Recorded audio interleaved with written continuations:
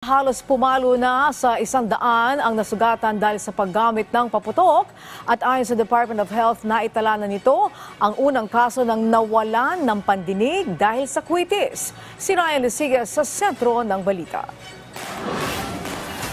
Hindi lang sugat at pagkaputol ng daliri at iba pang bahagi ng katawan ang posibleng makuha sa paggamit ng paputok.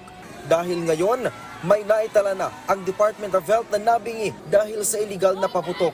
Ngayong araw, karagdagang 8 biktima ang naitala ng Health Department dahilan para umakyat na sa 76 ang kabuang bilang. Ang biktima na nabingi dahil sa paputok ay 23 taong gulang na babae mula sa Central Luzon. Kwitis ang sinasabing dahilan kung bakit nawala ng pagdinig ang biktima.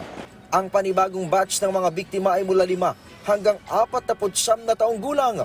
NCR pa rin ang nananatiling may pinakamataas na kaso na sinundan ng Central Luzon. Sa ngayon, nananatili sa 6 ang naputulan ng daliri, habang isa naman ang nakalunok ng watusi. Una nang ibinabala ng DOH sa publiko na hindi laruan ng paputok, kailangang ingat sa paggamit nito at kung maaari ay sulitin na lang ang mga community fireworks na alok ng mga lokal na pamahalaan. Ang DILG naman, mahigpit ang paalala sa mga LGU na ipatupad ang kanilang ordinansa sa firecracker ban.